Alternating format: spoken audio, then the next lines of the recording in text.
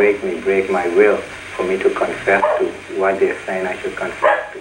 Even though they not tell me what they want me to confess to, just confess that you did something wrong. Just tell us anything. So from there, they moved me from cell to cell at night. So then I realized that these people seem to have a tremendous anger directed against me for whatever reason. And I realized that they made a very strong effort to keep a situation where no one knew where I was at. So I realized that's a very dangerous situation to be in hands like that, and no one knows where you are at.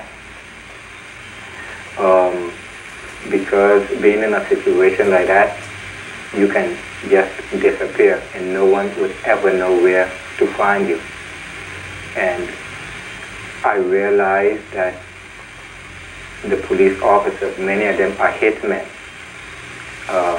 They take money and they carry out hits on people.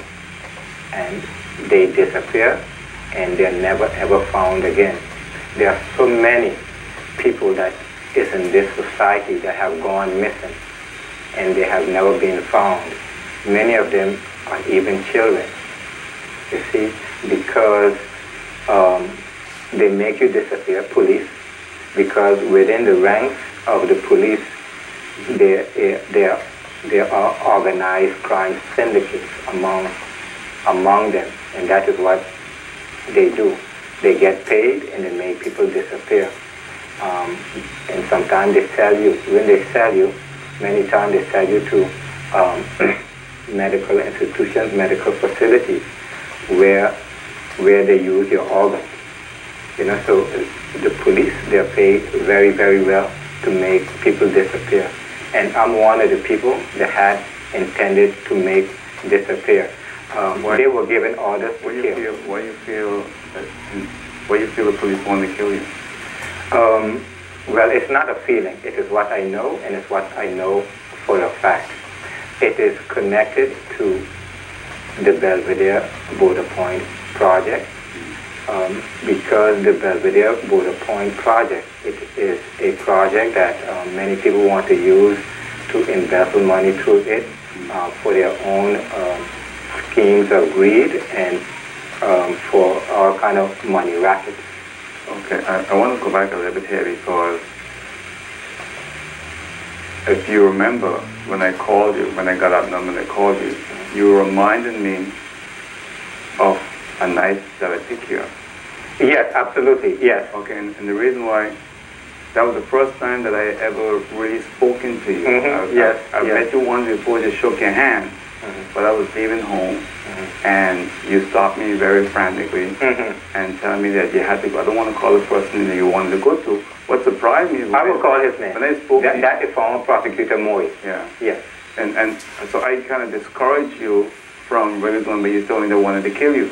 Yes, that's what I told you. Yeah. And at the same time, you don't know, but I had a security detail with me. When I dropped you off, I told them to look at you to make sure that you were safe. Oh, okay. But the whole thing is that what surprised me is that, you know, I didn't believe you that night, but at the same time, when they asked me what to do, I said, no, keep an eye on you to make sure you were safe and that you got home safe.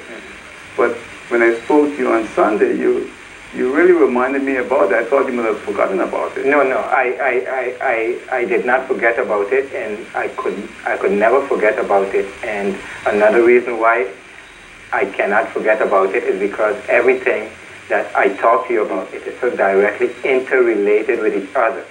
At that time, and that was the right word you used, frantic. I was frantic because darkness, night had set in, and I couldn't find where that person lived, so I couldn't find the number.